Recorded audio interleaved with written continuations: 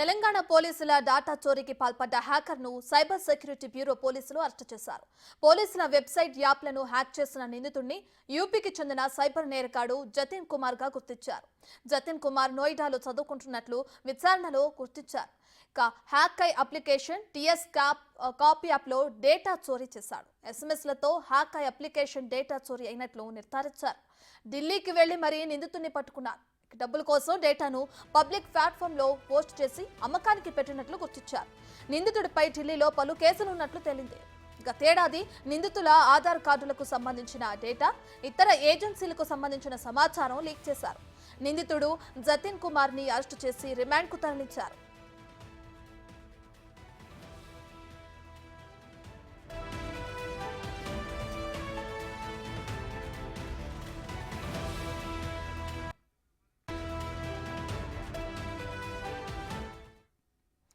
ఇదే అంశానికి సంబంధించి మరింత సమాచారాన్ని మా ప్రతినిధి సురేష్ అందిస్తారు.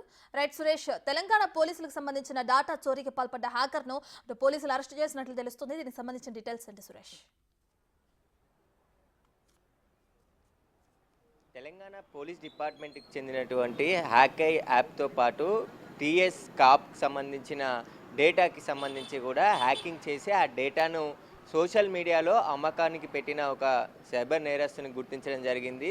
అప్పుడు దాదాపు 2-3 లక్షల మంది సంబంధించిన సెల్ ఫోన్ నెంబర్సు, వారి ఈమెయిల్ ఐడీస్, వాటికి సంబంధించిన కొంత డేటానంతా కూడా పోలీస్ యాప్లో ఉంటుంది. అందులో ఉన్న డేటానంతా తీసుకుని సేకరించి అది అమ్మకానికి పెట్టిన నిందితుడిని పోలీసులు గుర్తించడం జరిగింది. నోయిడాలో ఉన్నటువంటి స్టూడెంట్ జతిన్ కుమార్కి సంబంధించి హ్యాకింగ్ చేసినట్టు పోలీసులు గుర్తించారు. తెలంగాణ సైబర్ సెక్యూరిటీ బ్యూరో పోలీసులు కేసు నమోదు చేసి పోలీసులకు సంబంధించిన వెబ్సైట్లనే హ్యాక్ చేసి డేటాను చోరీ చేసిన నిందితుడు ఎవరని చెప్పేసి దర్యాప్తు చేయగా ఢిల్లీలో నిందితుడిని అరెస్ట్ చేసినట్టు పోలీసులు చెప్పారు. దీనికి సంబంధించి గత కొద్ది రోజుల నుంచి కూడా సోషల్ మీడియాలో పోలీస్ డిపార్ట్మెంట్కి సంబంధించిన మొత్తం డేటా అంతా కూడా హ్యాక్ అయిందని చెప్పేసి వార్తలు వచ్చిన నేపథ్యంలో హ్యాక్ అయ్యానికి సంబంధించిన అప్లికేషన్తో పాటు టీఎస్ కాప్కి సంబంధించిన మరో అప్లికేషన్లో ఉన్న డేటా మాత్రమే హ్యాక్ చేసి అది అమ్మకానికి $150 ఇస్తే ఈ డేటాని ఇస్తానని చెప్పేసి కూడా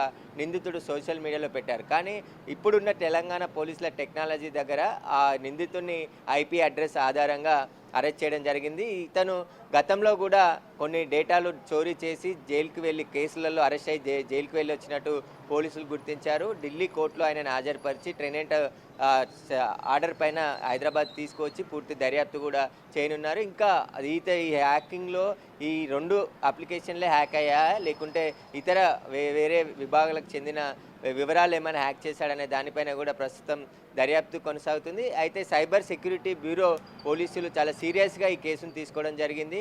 కొద్ది రోజుల వ్యవధిలోనే నిందితుడిని పట్టుకోవడం జరిగింది. దీంట్లో అత్యాధునిక టెక్నాలజీని వినియోగించి నిందితుడిని పట్టుకోవడం జరిగింది. ఎక్కడా దొరకకుండా తనకి సంబంధించిన ఐపీ అడ్రస్లు కూడా పోలీసులు కనుక్కోకుండా జాగ్రత్తలు తీసుకున్నాడు. పోలీస్ డిపార్ట్మెంట్కి సంబంధించిన యాప్లనే హ్యాక్ చేసి అదే డేటాను మార్కెట్లో పెట్టి అమ్మడానికి ప్రయత్నించారు. అయితే గతంలో మనం ఆధార్ కార్డుకి సంబంధించిన డేటాలు కూడా చోరీ చేసినట్టు నిందితుడిపై అభియోగాలున్నాయి. ఇతనే కేసులలో కూడా అరెస్ట్ అయినట్టు తెలుస్తుంది. దీనికి సంబంధించి లోతైన దర్యాప్తు పోలీసులు జరుపుతున్నారు. డీజీపీ రవిగుప్తా నిన్న ప్రెస్ నోట్ ద్వారా ఈ వివరాలన్నిటిని కూడా వెల్లడించడం జరిగింది.